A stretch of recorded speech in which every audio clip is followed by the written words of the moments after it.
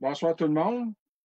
Bienvenue à cette nouvelle conférence ICM Amos. Comme vous le savez, les réunions sont un petit peu plus difficiles, puis tout se fait par Internet. Puis on va continuer de faire des conférences par Internet encore. On a une de cédulée déjà pour juin prochain. En espérant qu'on puisse recommencer normalement en septembre, mais on va faire les choses dans l'ordre, puis on ne devancera pas qu'est-ce que la sécurité publique va nous demander. Ce qui fait que tant que ça reste comme ça, on va continuer par web diffusion. Je me présente, je suis Robert Cloutier, président de la section ICM à Amos. Comme vous l'avez vu au début, on a quand même pris le temps de faire défiler le PowerPoint avec les commanditaires, autant sur la version Facebook que la version Zoom.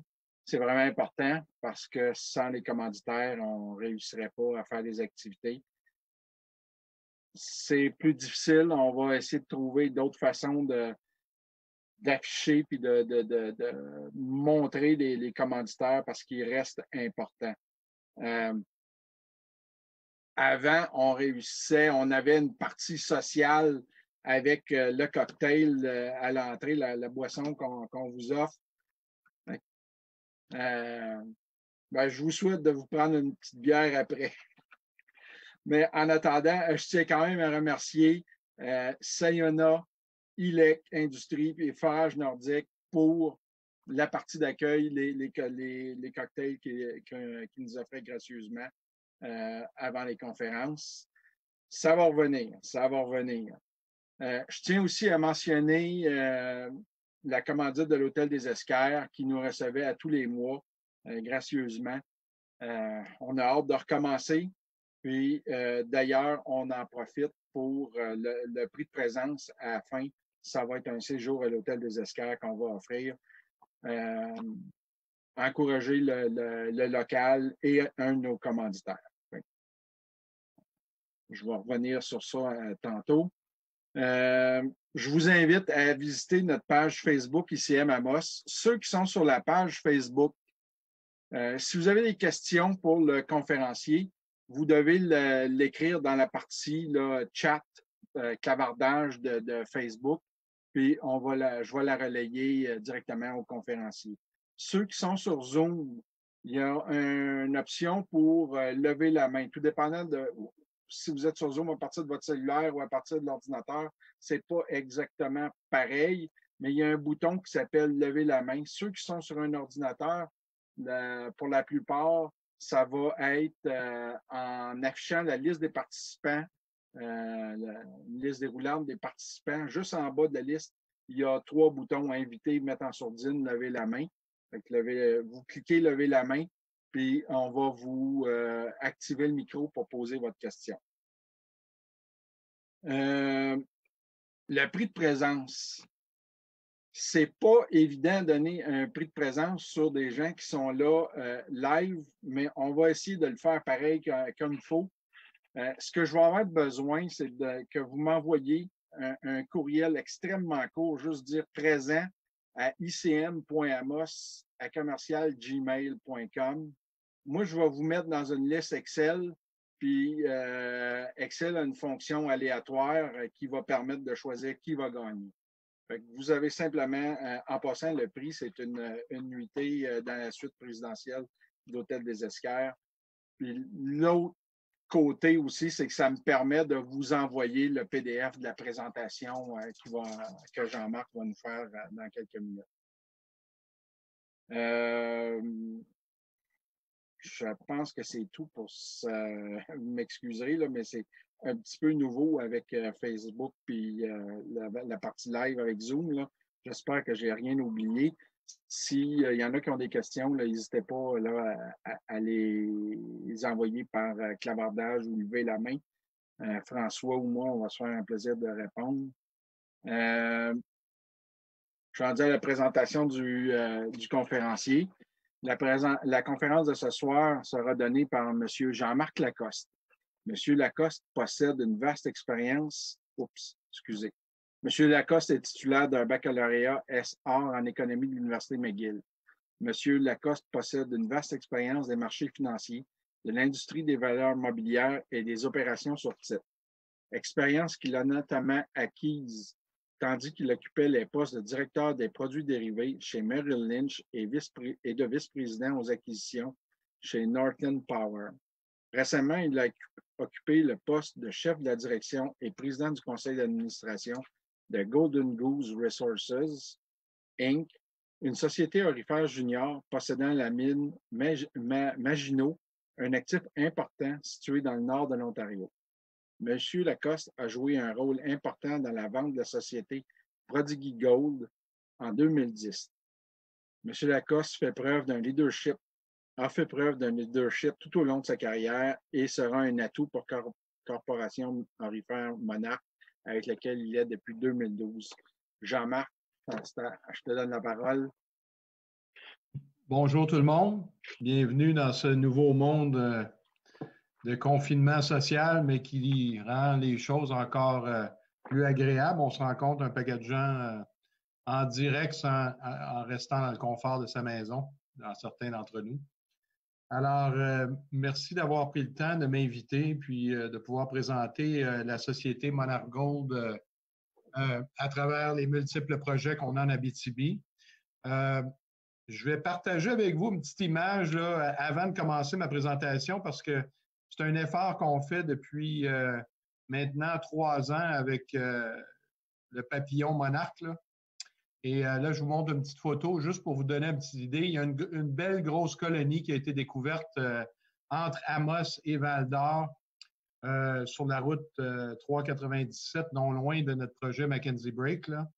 Et on voit ici un Mexicain spécialiste des papillons qui est venu avec le chef du Biodôme de Montréal et qui a fait cette belle découverte-là le long de l'autoroute 397. Fait que c'est intéressant de comprendre que vous avez des belles choses qui se passent jusqu'en Abitibi au niveau du Monarch. Puis ça n'a pas été vu une colonie de cette grosseur-là depuis des décennies dans votre coin. Donc, c'est quand même...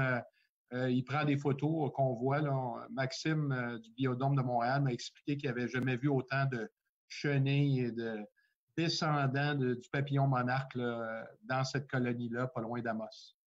C'était juste un petit clin d'œil avant de commencer ma présentation. Fait que là, je vais essayer de m'assurer que je suis capable de partager l'essentiel, c'est-à-dire la présentation en elle-même. Là. Alors, 2 petites secondes, je reviens avec la présentation en premier écran. Et là, vous allez juste me confirmer que tout est beau. Et voilà. Et voilà. Bon. Alors, c'est Monarch Gold, société minière aurifère émergente en Abitibi, québécoise. On aime ça dire ça. On a un conseil d'administration qui se passe complètement en français. On a une belle équipe. On a une Abitibienne au conseil d'administration, Guylaine Daigle, qui s'est joint à nous récemment. Donc, on a des belles choses, mais on est d'abord et avant tout une compagnie du Québec avec des actifs au Québec. Ça va représenter la présentation que je vous fais aujourd'hui. La raison principale pourquoi vous voulez vous intéresser à Monarch, on est dans une des endroits les mieux placés au Canada pour les producteurs aurifères, bien sûr. Vous connaissez tout ça, venant de l'Abitibi, tout le monde. On a d'importantes propriétés au Québec, on a les infrastructures en place, on a une juridiction minière de premier plan, on est encouragé par les gouvernements, on va le voir dans plusieurs aspects de la compagnie là, au niveau des permis ou des choses comme ça, des fois qu'on bénéficie de cette écoute des gouvernements et des gens, surtout du secteur minier, comme on voit en région. Nos projets clés sont Wasamac, à l'étude de faisabilité complétée en demande de permis à l'instant. Vous voyez la mine Beaufort en redémarrage. On a annoncé des belles nouvelles là-dessus. On va vous en parler dans quelques instants. Fayolle, qui est au moment de la faisabilité, qui devrait sortir dans les prochaines semaines. On a aussi du côté droit de l'écran la base de nos actifs, donc un solide portefeuille de projets en développement et en exploration. Une base de ressources d'à peu près 3,2 millions d'onces mesurées, indiquées. Tous ces onces-là sont 4301, comme on appelle dans l'industrie. Donc, soit par Inevesclo, Roscoe Passo, différentes firmes là, qui ont calculé ces onces-là pour nous, comme c'est le devoir pour l'industrie minière cotée en bourse. On a 2 usines autorisées avec une capacité totale de 2300 tonnes par jour. On a une évaluation attrayante. En ce moment, on est à quelques 20 $ par once vis-à-vis le nombre d'onces qu'on a sous terre par rapport à nos compétiteurs qui sont plus dans le coin de 50 $. J'expliquerai surtout dans les prochaines pages pourquoi on est peut-être un peu en arrière, mais qu'on est en train de déployer nos ailes là, pour ne pas faire de jeu de mots avec le Monarch. Alors, notre but à travers tout ça, c'est de devenir un producteur aurifère de 100 à 200 000 onces par année.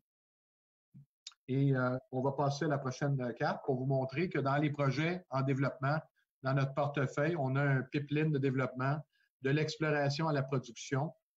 On voit ici, sous l'exploration, le projet Mackenzie Break et Swanson, 2 projets qu'on a acquéris d'Agnico Eagle, qui fait de eux des actionnaires de Monarch aujourd'hui.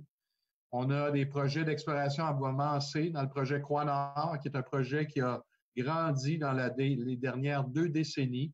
C'est un projet qui est haute teneur aurifère, qui a avancé beaucoup avec beaucoup de différentes compagnies, mais ça fait maintenant plus de 7 ans qu'on a ce projet-là à l'ouest, à l'est de Louvicourt. Le projet Fayolle, comme j'ai dit tout à l'heure, à l'étude de faisabilité. En développement, le projet Wasamac, le plus important de la compagnie, qui est en banlieue de Rouyn-Noranda, 15 km au sud-ouest. Et bien sûr, la mine Beaufort, qui n'a pas dit son dernier mot, comme on a vu dans les nouvelles des dernières semaines, avec un petit coup de main de la Caisse de dépôt, que j'expliquerai plus tard. Mais bref, tout ça, c'est pour vous montrer qu'on a un pipeline de projets qui se dirigent tous vers la production. On le voit sur la carte. Ça, c'est ma diapo favori. Ça montre l'Abitibi au complet. On voit de Louvicourt à Rouyn, en passant par Val-d'Or. On voit tous les projets de Monarch qui sont en jaune, couleur aurifère, qui sont détenus à 100 %. Tous les projets qu'on détient sont à 100 % détenus par Monarch.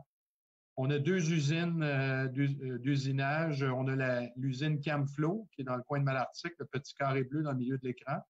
Et on a l'usine Beacon, qui est du côté entre Val-d'Or et Louvicourt, qui est du côté droit de l'écran. Tout le reste, en jaune, c'est les propriétés qu'on détient. 330 km² de propriétés d'exploration avancée. Donc, au total, on a 6 projets, tous à des niveaux différents en se rapprochant de la production. On sait que l'Abitibi, dans le dernier siècle, a produit plus de 125 millions d'onces d'or. On sait que le réseau ferroviaire de l'Abitibi a été construit autour des mines d'or. Et bref, c'est une belle image pour moi parce que dans toutes mes présentations à Toronto, aux États-Unis ou dans les différentes expositions qu'on fait, j'ai beaucoup de fierté à montrer cette carte-là et expliquer un peu bon, les routes, le réseau ferroviaire et tout ce qui se passe en Abitibi. Donc, j'essaie d'être le plus grand ambassadeur de l'Abitibi pour vous, malgré le fait que je suis un pur laine montréalais. Là. Enlevez-moi pas ça, je sais que ça peut être un défaut des fois.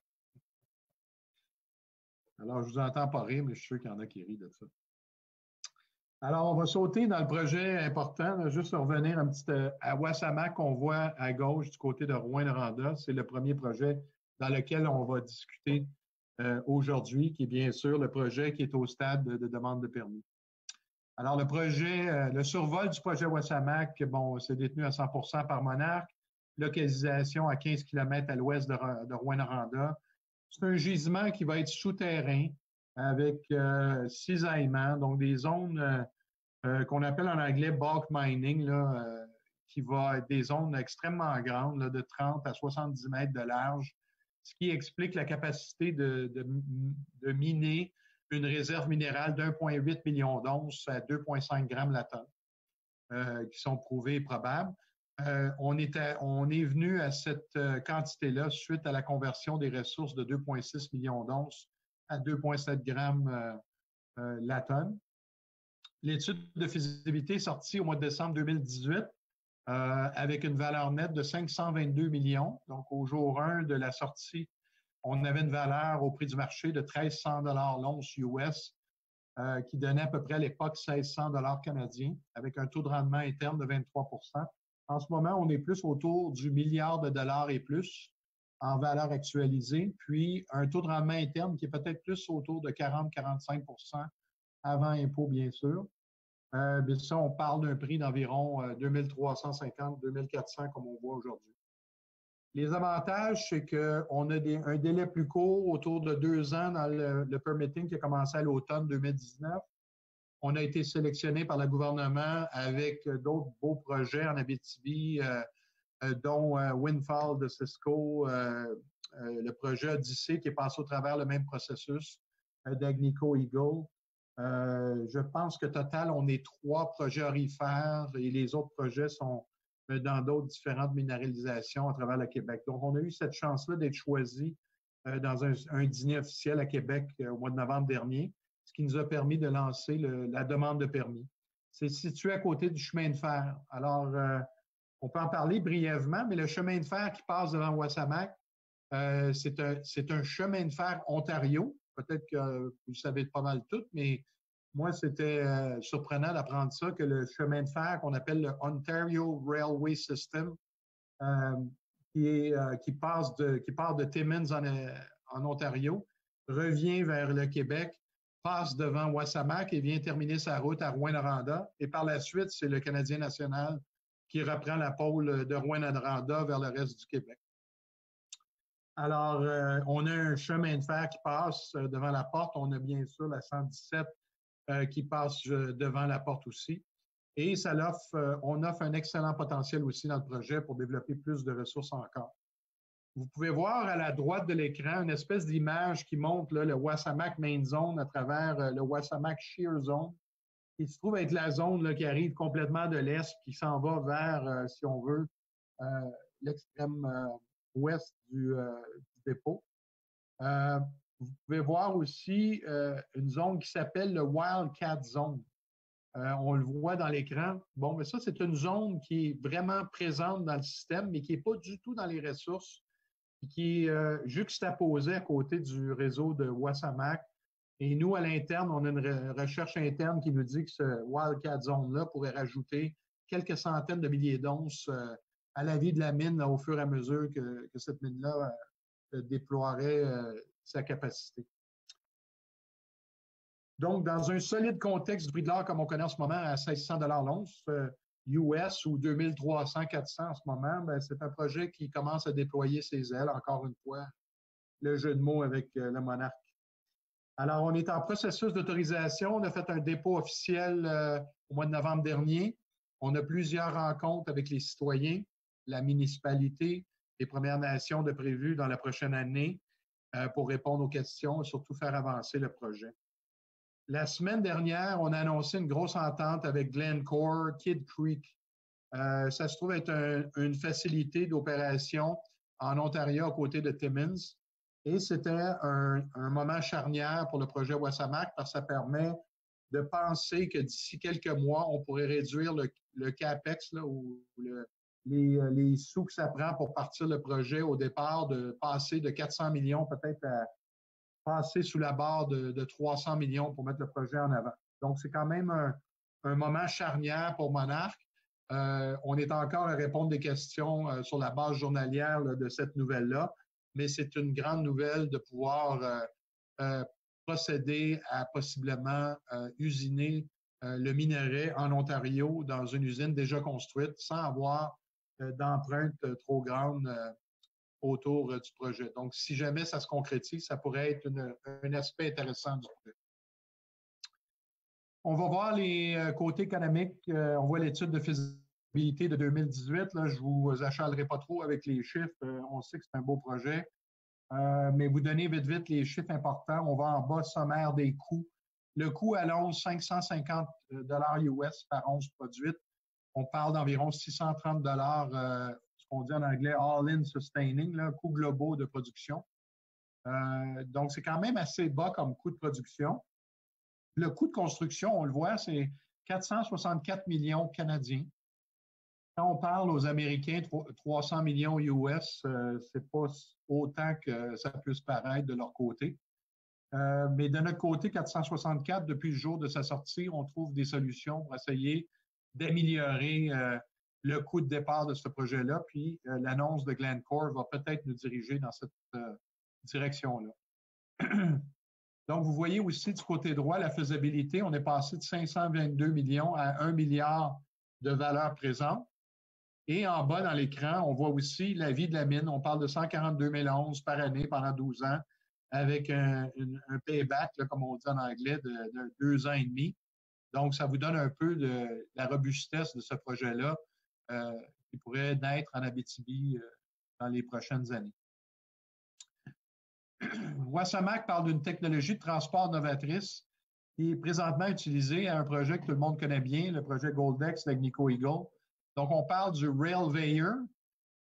Pour ceux qui sont familiers avec ça, bon, il y en a plusieurs probablement qui travaillent soit à Goldex ou qui l'ont déjà visité.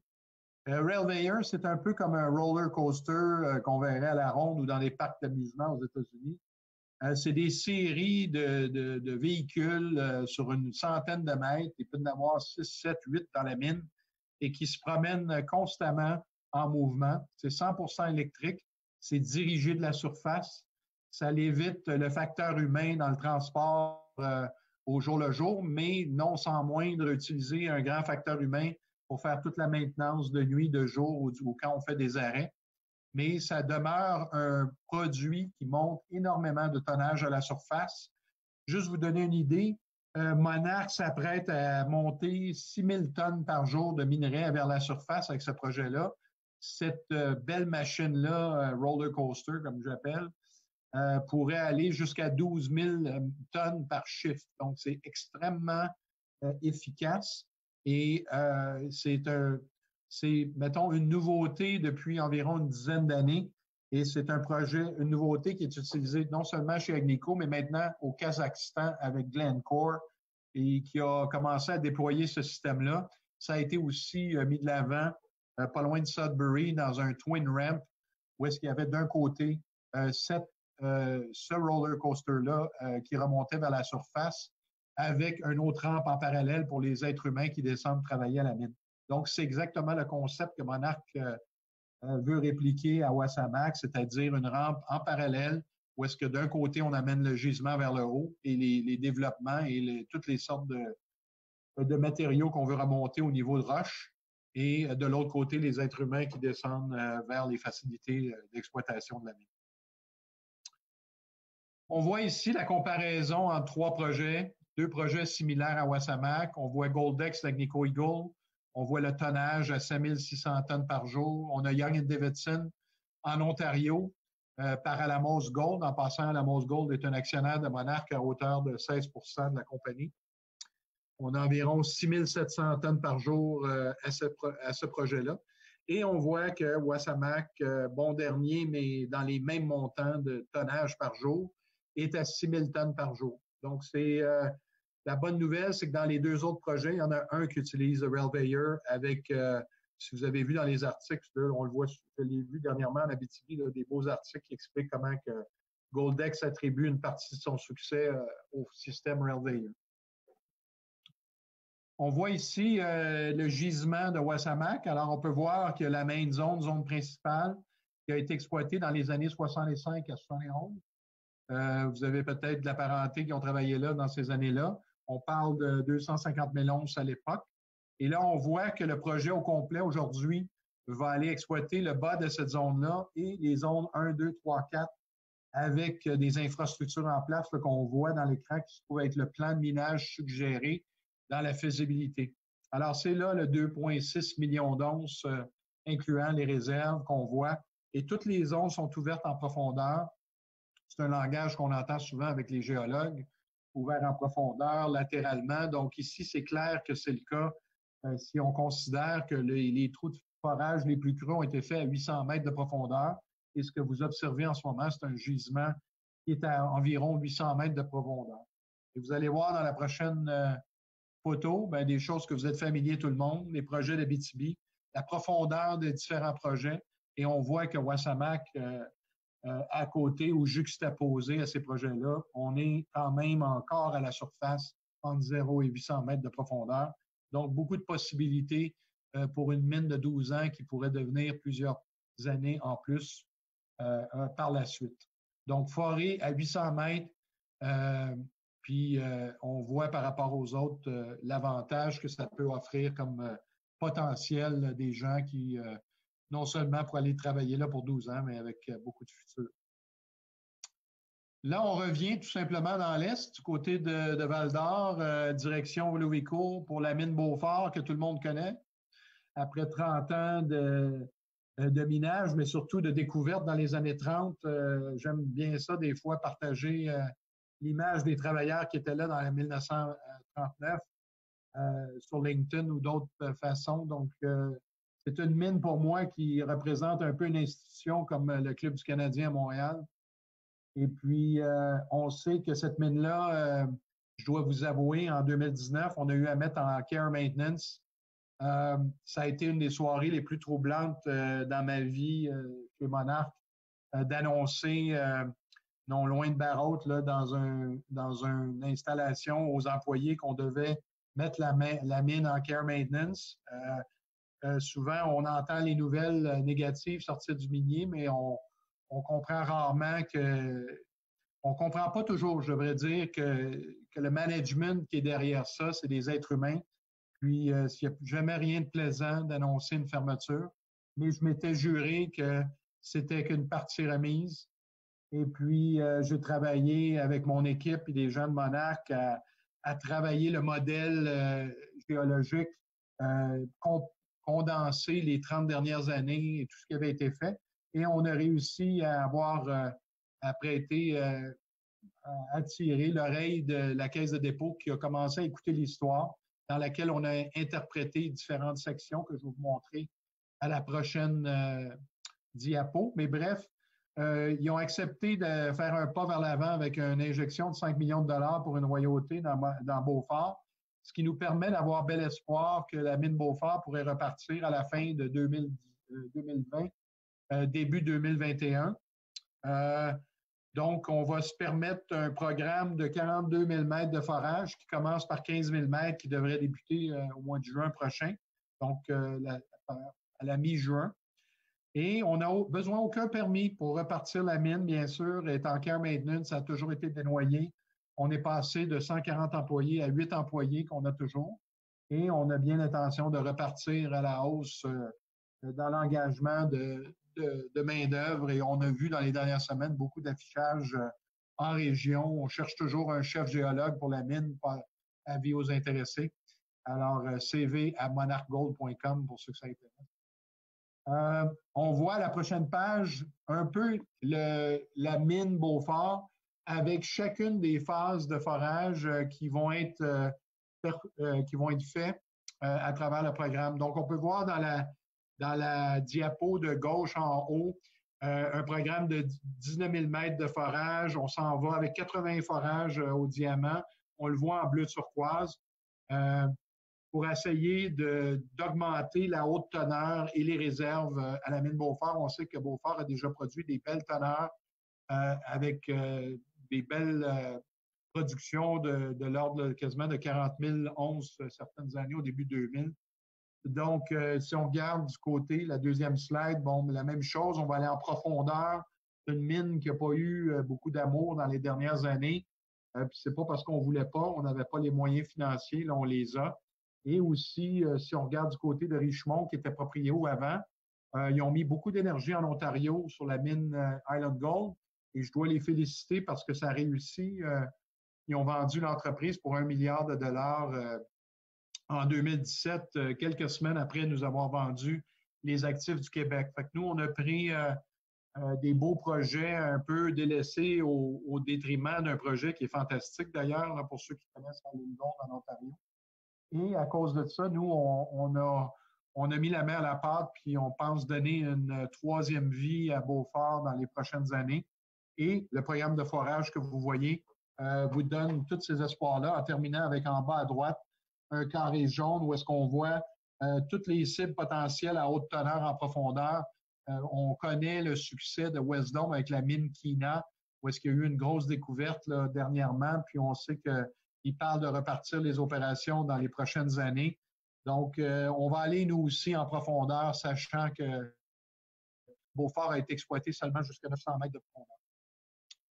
Donc, vous voyez toujours une belle image qu'on aime montrer, notre mine vis-à-vis la profondeur des autres mines en Ontario, ailleurs au Canada et aussi en Abitibi. Donc, vous voyez, Beaufort n'a pas dit son dernier mot. On sait aussi, là, pour faire une petite anecdote, la mine Island Gold en Ontario de Richmond était une mine Beaufort en puissance. Je le sais parce que j'avais la mine à côté qui s'appelait Maginot. Et on savait qu'à l'époque, ça s'appelait la mine Patricia là, de Richmond à acheter. On minait du 7-8 grammes à la tonne. Puis on avait bel espoir que ça allait bien. Puis des fois, ça descendait à 6 grammes, un peu comme on l'a connu dans le Beaufort dernièrement. Et puis, tout d'un coup, ils ont frappé les zones en profondeur, passé le 800 mètres. Puis là, les zones devenaient beaucoup plus grosses, beaucoup plus riches. Et c'est devenu ce qu'on connaît aujourd'hui, une mine là, qui est en train de produire plus de 100 000 onces par année. Donc, c'est toujours le fun d'entendre des succès comme ça avec des mines aurifères qu'on connaît bien. Là, on a le projet Failleul qui est au nord-ouest de Rouyn-Noranda. Encore là, c'est un projet qu'on a acquis l'été dernier. C'est un petit pit, une opération d'environ 12-15 mois, 75 000 onces, une teneur assez élevée pour un pit. Normalement, on se satisfait de 1-2 grammes dans les pits. Là, on parle d'un gramme de réserve là, qui pourrait sortir dans les prochaines semaines avec la faisabilité de l'ordre d'environ 4-5 grammes la tonne. C'est quand même assez riche comme potentiel. C'est un beau petit projet qui ne sera pas long, qui pourrait très bien remplir nos usines. Donc, je ne vois pas tout dans les détails de ce côté-là, mais je peux vous dire qu'on a sorti des beaux résultats de forage depuis quelques semaines. On a eu beaucoup de gens qui ont cogné à la porte sur ce projet-là. On le voit ici sur la prochaine image, qu'est-ce que ça pourrait représenter comme pit, peut-être une circonférence de 200 mètres de circonférence. Donc, c'est un beau petit projet. Il avait été regardé par Éclat et une compagnie d'exploration à l'époque. On regarde vite, c'était un PEA qui a été produit en 2013. Encore là, à peu près 75 000 onces, avec un grade là, un peu similaire à ce qu'on avait parlé ici là, de 4,35 grammes la tonne. Donc, c'est des beaux projets comme ça en Abitibi qu'on connaît, qu'on croise des fois. qu'on se dit ils ont été mal aimés ou ils ont été mal interprétés ou ils n'étaient pas là dans la bonne époque où est-ce que l'or montait ou ils étaient là quand l'or descendait. Donc, vous connaissez la rengaine un peu. Et là, je pense qu'on est dans une bonne situation. Les intérêts sont là au niveau du prioritaire. On se sent tranquillement qu'il y a un beau petit vent qui arrive là, avec la montée de l'or des derniers mois. Ensuite, on s'en va à Mackenzie Break. Je vais refaire, on est à la page 16, mais juste avant d'aller à Mackenzie Break, je vais vous ramener vite à la carte du début pour que vous voyez bien Mackenzie Break. On voit au-dessus du moulin Beacon, c'est l'espèce de cercle qui est là, qui est aujourd'hui 50 km², non loin de Barrault. Et le projet est environ 2-3 km² jusqu'à temps qu'on fasse la découverte au mois de février. Et on est allé, comme on dit en bon français, acheter ce qu'on pouvait pour agrandir le territoire puis avoir un meilleur contrôle sur le potentiel camp minier que Mackenzie Break pourrait offrir, en commençant par un beau open pit de 2 grammes, 2 grammes et demi. Donc, c'est quelque chose d'intéressant. Je retourne à la page 16 pour attaquer le projet Mackenzie, donc 100% détenu encore par Monarch. On voit les hautes teneurs de forage là, avec les différents trous qui ont été faits.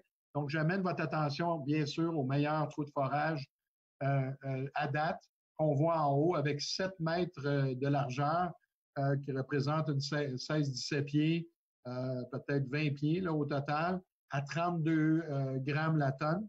Donc, ça a été un trou un peu, comment je pourrais dire, donc surprise à Mackenzie. On s'éloignait du dépôt. Je vais vous le montrer dans la prochaine slide. On s'éloignait du dépôt. Puis, on a réussi avec ces trous-là, tout autour, là, que je vais vous montrer, à avoir quelque chose de pas mal intéressant. Donc, le programme de l'automne était 10 trous de forage, donc ce trou-là qui est sorti au mois de février. Ça nous a permis d'étendre le dépôt vers l'est, vers le nord-est. La minéralisation à l'est est plus épaisse et plus grande en teneur. Donc, on parle de 7 mètres à 32 grammes. Puis au début, bien, on regardait des teneurs qui étaient plus 2 mètres à 26 grammes ou 14 mètres ou 6 mètres à 16 grammes. Donc, on augmente l'épaisseur pour augmenter le grain. Comme on dirait en langage de mon chairman, on est en train de rajouter du goût à la soupe en rajoutant une bonne teneur. Alors, on a 4 petits forages qui ont lieu en ce moment. On voulait mettre du monde au travail assez rapidement suite à notre confinement. On s'est dit, on veut continuer à bouger vite, être capable d'offrir un déploiement rapide. Donc, on a fait 4 trous. Ils viennent terminer, je pense, ce soir. On va avoir des résultats dans les prochaines semaines. Inquiétez-vous pas, on a plusieurs autres trous de planifiés, mais on voulait juste être sûr qu'on comprenait un peu plus la zone qu'on venait de découvrir. À la page 17, vous voyez dans le cercle rouge, c'est la ressource actuelle de Mackenzie qui est au-dessus de 100 000 onces. C'est à peine connu. On parle d'environ 200-300 mètres de profondeur, plusieurs trous de forage. On voit à droite tous les petits trous mauves où est-ce qu'on voit le 32 grammes sur ces mains. Je suis en train de perdre la voix. Vous voyez le peu de trous qui sont là. Nos calculs internes, je sais que ce n'est pas 4301, mais le peu de trous que vous voyez là représente toute la ressource qui est dans le cercle rouge. Donc, on pense qu'à même ces quelques trous-là, à l'est du dépôt, on parle peut-être de 100 000 onces additionnelles qu'on va bientôt soumettre à des consultants pour refaire un calcul amélioré qui pourrait peut-être doubler la ressource. Bien sûr, sous réserve, ce n'est pas calculé encore, mais avec les teneurs qu'on a, les largeurs, on est content de voir que quelques trous seulement, ils sont en train de mettre une étampe importante sur le projet Mackenzie Break qui m'a toujours plu comme projet, qui m'a toujours attiré. Donc, c'est ça pour le projet Mackenzie. Puis dans la zone rouge qu'on voit là, bien, on avait un pit de projeté d'environ 100 000 onces autour de 2 grammes la tonne. On reparlera peut-être dans un PEA à l'automne 2020. Alors ici, on voit les 2 photos pour certains d'entre vous qui connaissent le site. Donc à gauche, Camflo, à droite, Beacon. Camflo était la première usine qui a formé la compagnie qu'on connaîtt aujourd'hui, Barrick. Donc, c'est un moulin historique dans mon cas qui me fait honneur. Et aujourd'hui, pour faire une petite anecdote, là, je veux rester dans mon temps là, parce que je commence à être pas mal. Je pense qu'il me reste encore un peu de temps. Je suis en train de lire un livre là, qui s'appelle Souvenirs d'Abitibi du juge Miquelon qui a été député ministre d'Abitibi-Est pendant plusieurs dizaines d'années, dans les années 30-40. Et c'est lui, l'avocat, qui a mis au monde la compagnie Camflo, qui est détenue par Monarch aujourd'hui, puis qui nous a donné de belles surprises, mais qui m'a donné le goût de faire une compilation à l'interne pour Camflo. On va faire dans les prochains mois. On pense qu'il y a encore du beau potentiel de ce côté-là. Alors, l'usine, 1600 tonnes par jour. L'usine Bacon, 750 tonnes par jour. Deux belles usines complètement qui ont tous les permis et qui sont prêtes à repartir. On attend que du minerai qui s'en vient.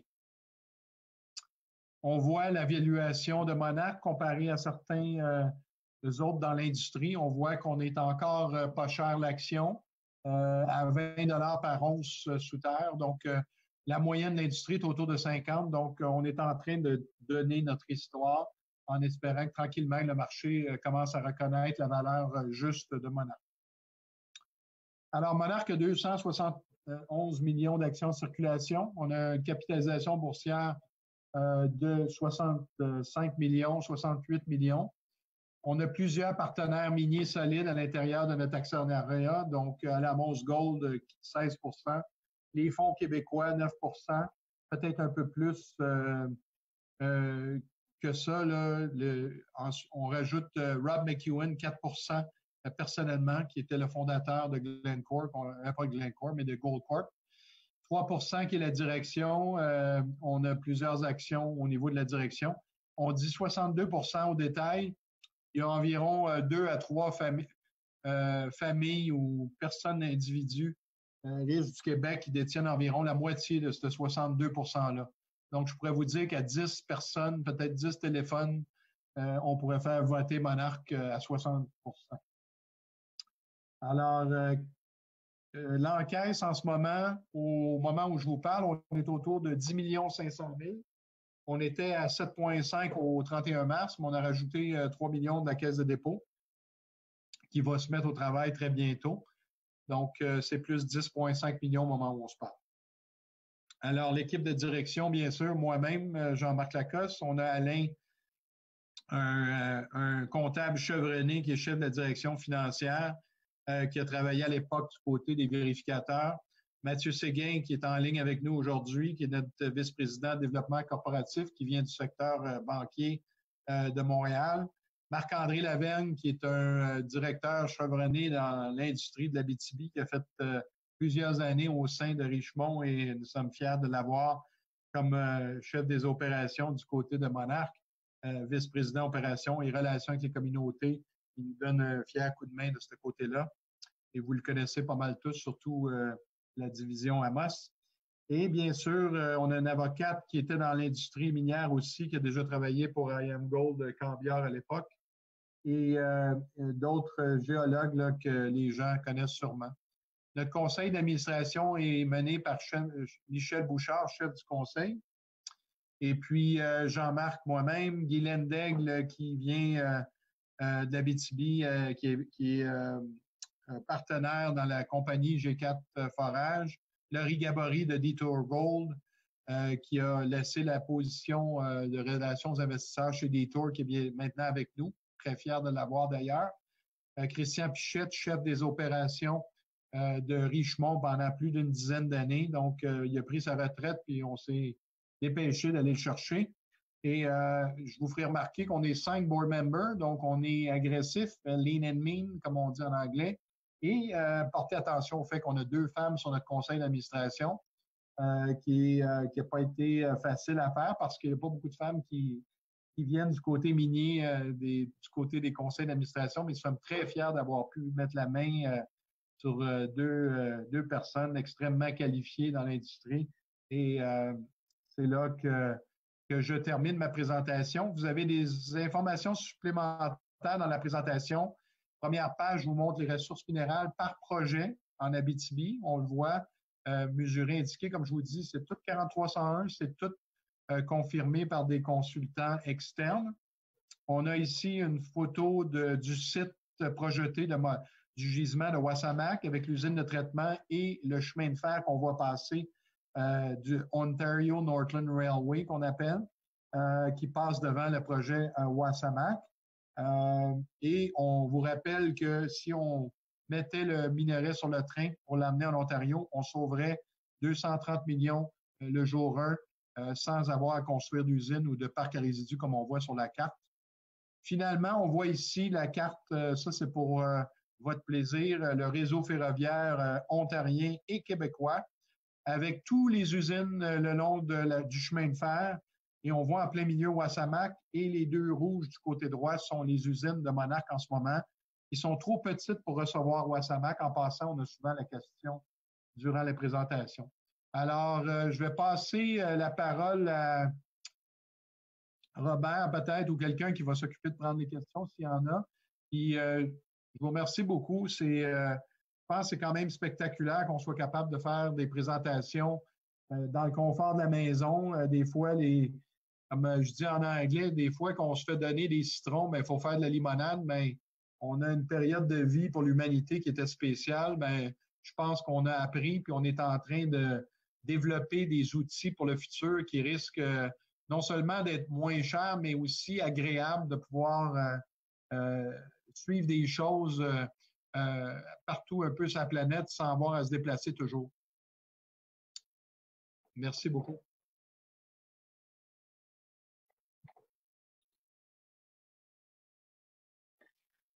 Merci, Jean-Marc.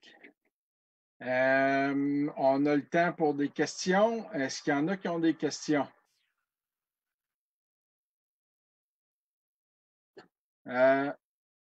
Oui. François? Bernard Salmon. Oui, une main levée à l'écran.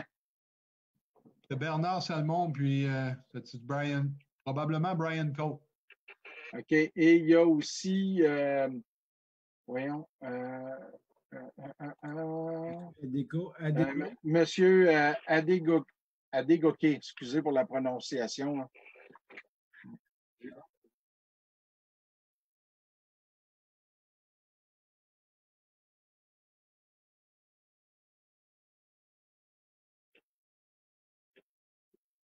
Bonjour, est-ce que tu m'entends, Jean-Marc? Ben oui, je t'entends, Bernard. Bonjour, content de t'entendre parler. Merci. Moi aussi, content de te parler, Jean-Marc. Ça fait déjà un moment. Écoute, j'ai une petite question concernant Beaufort. Dans votre communiqué de presse, vous parlez de l'intelligence artificielle pour relancer des cibles. Je ne sais pas si j'ai mal vu ou mal compris, mais peux-tu développer un peu ce que vous entendez par ce genre d'approche? Oui. On a d'abord et avant tout, pour rassurer le géologue en toi, on a d'abord et avant tout compilé à travers nos géologues consultants pour s'assurer d'avoir une bonne compréhension là, de la mèche, si on veut, géologique du dépôt. Et on a été suggéré d'aller rencontrer les gens de GoldSpot à Montréal qui ont développé un système. Souvent, on entend parler de black box, là, mais on le voit dans certains secteurs. Ils servent de système, j'essaie de chercher le mot, là, qui se trouve à utiliser les statistiques un peu à l'intérieur du dépôt avec toutes les datas qui ont été accumulées au fil des années. Fait qu'on leur a donné un mandat en parallèle avec des sites déjà établis pour nous aider à voir s'il y a des choses qu'on n'a pas vues ou qu'on n'aurait pas vues basées simplement sur des cibles à répétition qu'ils peuvent voir dans un système informatique. Donc, c'est d'abord et avant tout un système aléatoire informatique qui fait des statistiques de hit and miss dans la mine, puis qui est capable d'établir des patterns qui ne seraient peut-être pas vus avec notre être, avec nos idées d'être humain ou de géologue, concept de mine abitibienne. Donc, c'est un petit montant de 5 millions qui a été mis de l'avant qui va être de ce côté-là pour aller chercher un avant-goût. Puis ils ont eu beaucoup de succès sur la planète avec des gros miners, là, les Vale Co. puis les Glencore de ce monde. Donc, ils ont eu beaucoup de missions ailleurs sur la planète et on s'est fait référer cette firme-là pour la considérer. Puis on a décidé de leur donner un petit mandat à travers les cibles de forage déjà établis. Fait qu'on a déjà 95 cibles de haute teneur entre 11 et 17 grammes la tonne d'établis qu'on va faire en priorité. Mais eux vont nous arriver à l'automne là, quand on va avoir fait un peu de forage avec d'autres suggestions, tout simplement. Est-ce que ça répond à ta question, Bernard? Oui. Je vais laisser les autres poser des questions. Là. Je pourrais peut-être revenir là-dessus. Là, si j'ai encore des choses en train de réfléchir. Merci. Ça fait plaisir.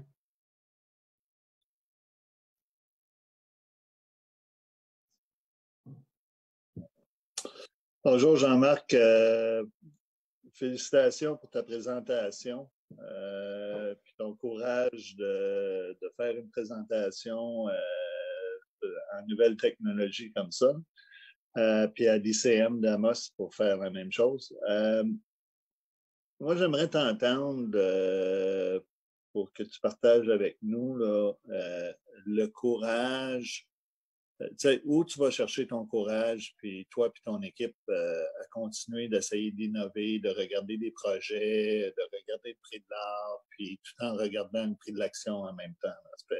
Peux-tu nous partager avec nous, qu'est-ce qu'on dirait en anglais, là, what drives you?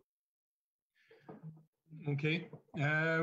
Très bonne question, Brian. C'est le fun de te voir. C'est le fun de t'entendre. On sait qu'on vient de passer un 3 mois assez spécial pour tout le monde. Là, fait que c'est le fun de voir qu'on est tout autour de la table. Premièrement, d'abord et avant tout, une chose que j'aime toujours dire là, quand on parle, la drive vient de ce que je dis en anglais, le skin in the game. J'ai beaucoup d'actions de Monarque. C'est sûr, je suis pas un multimillionnaire, mais pour moi, ma position dans Monarque, c'est quand même un gros montant de mes actifs personnels. Donc, j'ai mis l'argent, put your money where your mouth is, ben, c'est une position importante pour moi. Fait que ça, c'est sûr que en partant comme investissement, ça me met debout tous les matins, m'assurer que tout est sur la track quand je me lève. Mais ultimement, ça a toujours été un milieu qui m'a passionné. Tu sais, on ne sait pas tout le monde là, le parcours de chacun dans nos vies, là, mais moi, je regardais la bourse et les stocks boursiers. J'avais 12 ans et j'ai gagné le concours de la Bourse de Montréal à 14 ans. Et j'ai rencontré Jacques Miquelon, le ministre justement de Damos, Malartic et Val-d'Or à l'âge de 17 ans. Et il m'a parlé beaucoup du secteur minier. Fait que ça m'a toujours resté. Donc, il y a toujours eu un côté moi qui était attiré par le secteur. Maintenant, ce qui me reste, de me lever tous les matins puis d'avoir le goût. Bon, c'est sûr que j'aime ça avoir des défis. J'ai jamais dit non à des défis. Tu as raison de te poser la question parce que je te dirais que les 7 dernières années dans ce secteur-là ont tellement été difficiles comparé à 2004-2012 qui était quand même pas pire. Tu sais, on sortait d'une période difficile quand j'étais chez Golden Goose, mais j'avoue que si ça n'avait pas décollé dans la dernière année, là, la drive que tu vois, là, je ne suis pas sûr que je l'aurais encore. Parce que ça a été difficile sur le moral humain, puis tu le sais, tu l'as vécu toi aussi. 2012 à 2020, là, ça a été pénible. Mais maintenant, en rétrospect, on est passé au travers, puis je me suis levé, puis j'ai mis mes pantalons tout le matin pour essayer de trouver de meilleures idées. Je te dirais qu'il fallait qu'il y ait une période comme ça pour qu'on puisse réussir ce qu'on a réussi. Tu sais, Monarque a quand même accumulé tout ça à cause des moments difficiles. Si ça avait bien été, on aurait acheté la moitié de Croix-Nord, puis on n'aurait pas eu les moyens d'acheter rien d'autre. Fait que des fois, je te dirais, c'est ça qui m'a stimulé. On a drivé au travers des temps difficiles. On a été un peu chanceux. On a travaillé fort. On a eu des petits succès. On a eu des succès, bien sûr, d'actionnaires majoritaires, corporate, comme Cisco d'ailleurs. Vous étiez des supporters dans des moments difficiles aussi. actionnaire. C'est tout des. C'est ça qui m'a drivé. J'ai toujours eu quelqu'un qui, quelque part, qui m'a dit lâche pas, même si tu as l'impression que personne n'entend, on t'a vu passer, puis c'est intéressant. C'est à peu près ça.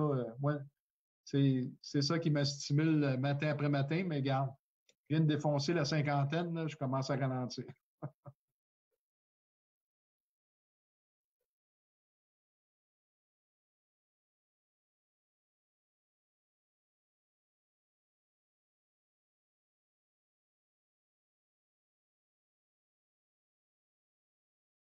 Il est encore à mute.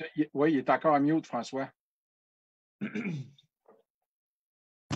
sais pas si vous m'entendez bien. Est-ce que vous m'entendez? Oui, qui fait que dans le fond, effectivement, le nom est Adégopé. On vient les et. Oui, allô? Donc, en tant que. Bonsoir à tous. Il ne faut pas bouger parce qu'on entend le bruit. Bon, allez-y. On écoute. Je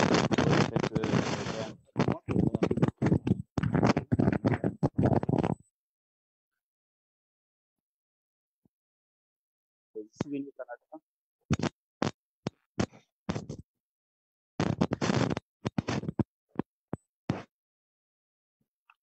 Je ne sais pas si vous m'entendez mieux maintenant. Allô?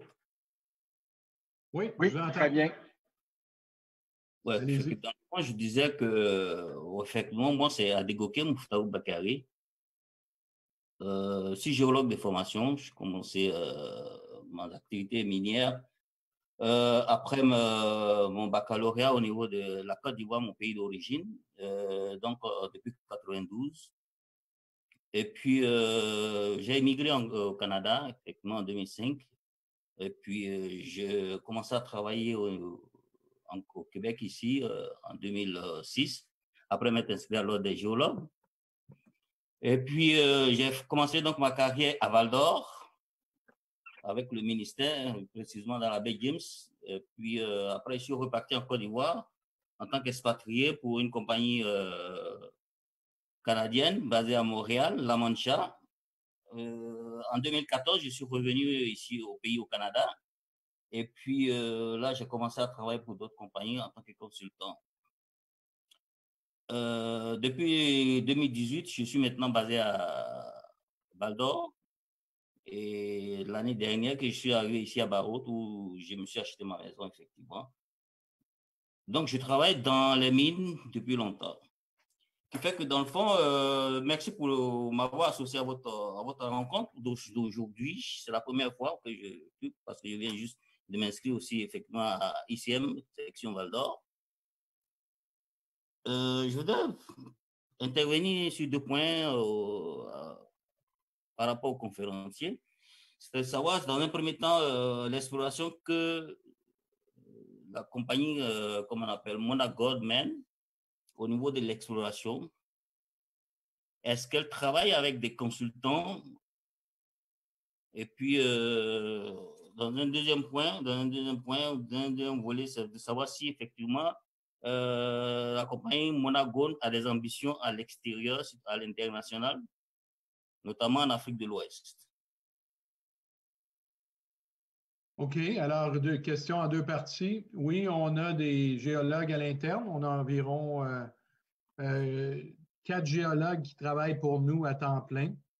Et on a aussi un géologue que je l'appelle mon VP Exploration externe qui travaille quasiment à temps plein pour nous aussi. Donc, on a quand même une belle équipe, des gens à l'interne, un consultant à l'externe pour chapeauter la direction de nos explorations. Et on utilise beaucoup de consultants externes pour quand on retombe sur les calculs de ressources pour satisfaire les 4301. Ça, c'est d'abord et avant tout notre équipe. Bien sûr, on aimerait ça l'agrandir. On aimerait ça être une grande équipe et de grossir.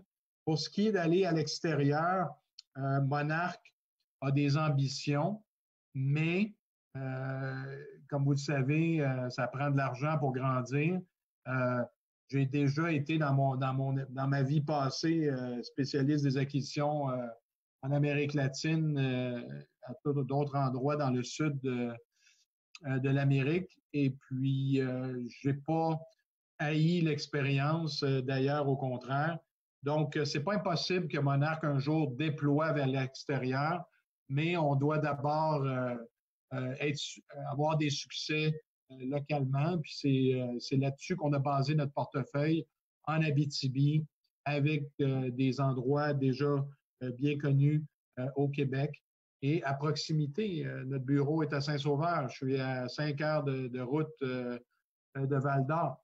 Donc, pour l'instant, on déploie localement, mais il n'est pas impossible que des succès financiers ou la création d'un Monarch 2 un jour, suite à un succès avec Wasamac ou des choses comme ça, nous permettrait de voler et aller voir d'autres actifs sur la planète.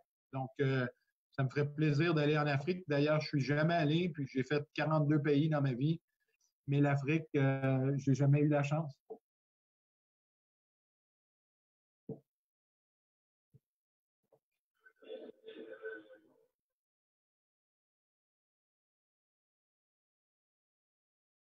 Bien, je peux mentionner qu'il y a eu plusieurs questions sur le chat sur le statut du projet Croix-Nord. Jean-Marc, tu as des collègues qui ont répondu, mais peut-être que tu pourrais dire 2 mots. Oui, rapidement. Croix-Nord, c'est un projet qui est complètement permité. C'est environ 4-5 ans de vie de mine. Au prix actuel, il n'y a pas de raison que ce projet-là ne verra pas le jour bientôt.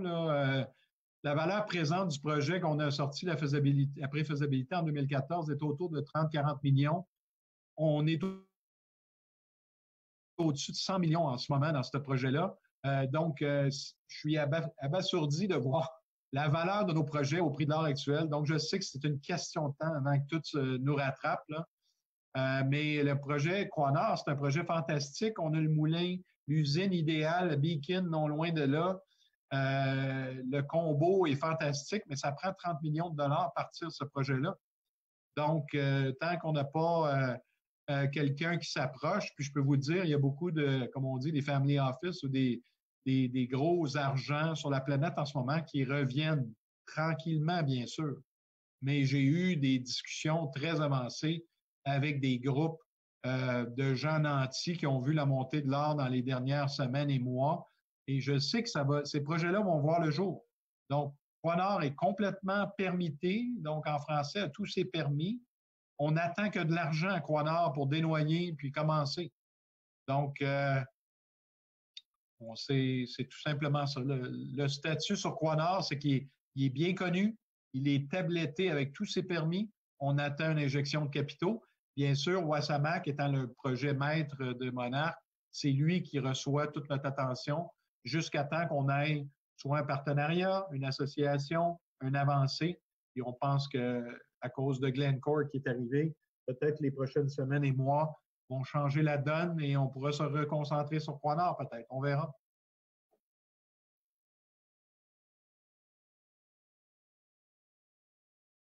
Y avait-tu d'autres questions, Robert? Sur l'Internet, tu es encore en mute, là? Non, c'était les seules questions qu'il y avait dans mode chat. Est-ce qu'il y a une dernière ronde? Est-ce qu'il y en a qui ont des questions?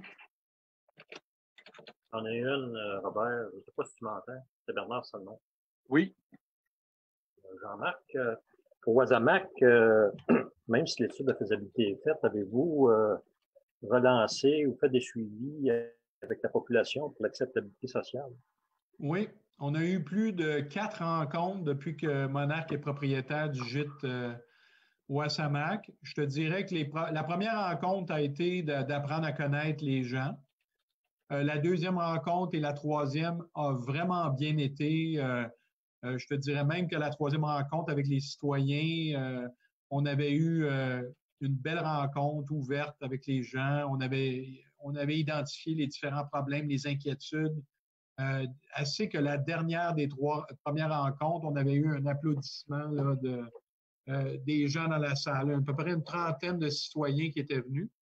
Et puis, la dernière réunion qui était un petit peu plus à poser des questions parce que, bon, on a entamé le processus de permitting.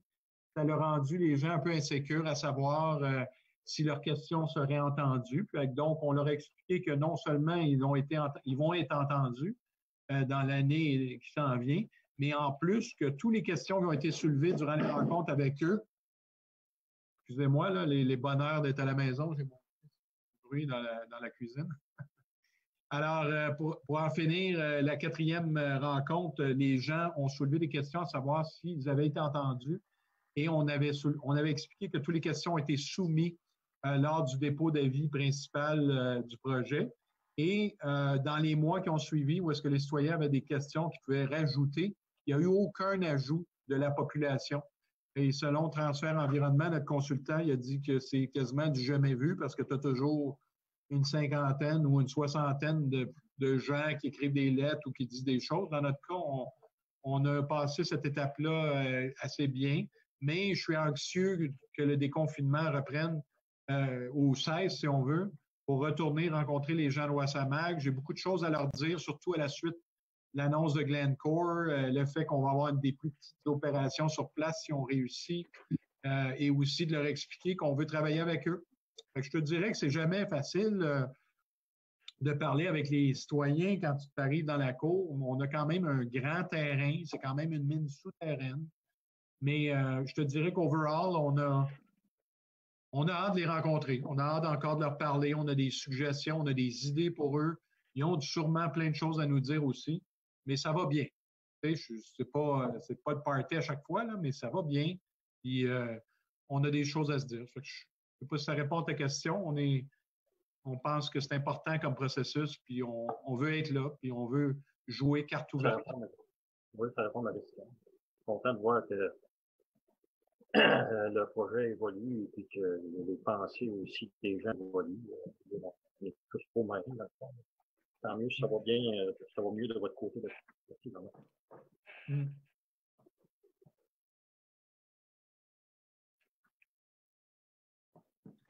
Merci, Jean-Marc. On passe à la partie où il faut que je réajuste mon écran. Excusez, ça va craquer quelques instants. OK, correct. C'est qui paye les drinks là, maintenant que c'est fini? Mettons que ma salle de conférence n'est pas aussi grande que celle à l'hôtel. J'attendais mon petit verre de vin rouge à la fin de la présentation. Pourtant, j'ai envoyé ça par Post Canada. Il doit être pogné dans les camions, des conteneurs à Montréal. Oui. Je vais inviter notre artiste à venir te remettre virtuellement la toile. Je pense que tu étais déjà venu comme conférencier il y a quelques années.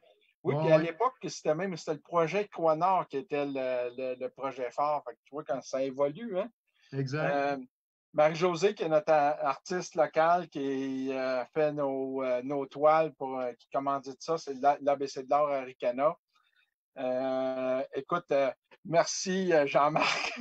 Bien, enchanté comme artiste, puis merci du cadeau. Je me ferai un plaisir de soit passer le prendre ou d'envoyer quelqu'un le chercher. Écoute, on va organiser ça. Probablement que je vais donner ça à Marc-André ou on va te l'envoyer par transport. Là. On va checker avec Marc-André. Puis pour juste être bien sûr que tu puisses faire un bon golf déconfiné, il y a la calotte qui vient avec et le polo. Excellent, excellent. C'est le fun. J'ai hâte d'avoir ça. Merci beaucoup. Merci beaucoup. Merci à tout le monde d'être là. Écoutez, c'est pas évident là, parce que j'ai assisté à beaucoup de webinaires puis de rencontres. Souvent, on commence le webinaire à 30, 35, des fois même 40. Puis au bout de 15 minutes, 20 minutes, on est déjà tombé à 20. Puis on finit au bout de 25-30 minutes, on tapait une 10. Honnêtement, je me demandais comment ça irait. Puis je me disais, bon, écoute, si on est une 15-20 personnes, je vais être bien content. Puis à 30, ça va être vraiment satisfaisant. Puis ça va être un bon succès. Puis au final, j'ai eu à peu près un peu plus de 70 personnes qui sont inscrites. C'est sûr que sur les 110, ce n'est pas tout le monde qui peut participer. Ceux qui m'ont envoyé des courriels ou que j'ai reconnu les noms ou les visages que j'ai mis présents, j'ai 43 personnes que j'ai pu identifier qui ont participé. Puis sur les 43, il en reste encore au total au-dessus de 35 de présents. C'est vraiment là, je pense que c'est motivant puis ça montre que ça vaut la peine de continuer de faire des activités de cette façon-là. Puis je pense que... Robert, oui. Robert, si je peux me permettre, je vois moi sur Zoom 28 participants et je suis sur Facebook sur mon cellulaire, 65 qui visionnent comme c'est là. Ah, okay. C'est vraiment là, c'est vraiment intéressant. Puis ça montre que c'est le temps qu'on reprenne. Je pense qu'on est tanné aussi d'avoir juste des nouvelles de COVID là, sur LCN puis Radio-Canada. Puis ceux qui visionnent, je tiens juste à mentionner une autre chose, ceux qui visionnent sur Facebook par la suite, ça va monter. Ben, la moyenne, dis-moi si je me trompe, c'est alentour de 1000. Ah, c'est 1000, des fois, mais ça monte jusqu'à 1000. Ça monte beaucoup plus haut des fois. Quelques semaines. Évidemment, la présentation, ceux que j'ai vos adresses courriel, je vais vous l'envoyer par courriel. Il y en a, quand je regarde les noms, c'est assez facile. Là, vous participez régulièrement. Mais il y en a, il y en a un que je vois son nom, là, c'est Cap RC. Pour les autres, c'est disponible en ligne sur le site de Monarch, il n'y a pas de problème. Excellent. La présentation est disponible, puis vous avez fait une belle job, et je vous remercie beaucoup. Je pense que c'est ça qu'il voulait dire quand il disait « ça va bien aller ». Oui. Fait que, c'est le fun parce que je peux déjà vous annoncer que notre prochaine conférence, ça va être le 16 juin prochain. Puis le conférencier, ça va être M. Brian Coates, qui est présent ce soir d'ailleurs. Merci Brian d'être là. Qui va venir nous parler des 40 ans d'histoire dans le secteur minier au Québec. Pour le truc que j'ai, c'est que j'ai mis les noms des gens sur un fichier Excel, ce qui fait que je vais partager mon écran ici. Partager. Est-ce que vous voyez une liste Excel? Oui. Bon. Fait que ce que j'ai fait, c'est que j'ai mis les 43 personnes que j'ai été capable d'identifier. Ah, il y en a un qui vient de m'envoyer son nom à vitesse. On va le rajouter, il n'est pas trop tard. OK? Fait que, en rajoutant, oups, je vais juste changer le zoom pour que vous voyez. Hey, il n'est pas. OK. Ici, si vous regardez ici, là, ça va être le numéro du gagnant qui va apparaître là. Quand j'écris le chiffre qui est là, ça me dit que le numéro 12 gagne. Le numéro 12, c'est Léo Couture. Fait que c'est sous la firme de tout le monde. C'est complètement Léo. Aléatoire, si vous voulez être certain. J'ai utilisé la formule d'Excel qui donnait un nombre aléatoire. Fait que Léo vient de gagner une nuit dans la suite présidentielle à l'Hôtel des Esquerres à Amos. Félicitations, Léo. Fait que je vais... voyons, comment je fais pour laisser le partage, départager. Oups. Problème technique. En haut, Robert, juste, vous voyez actuellement l'écran de Robert, option d'affichage.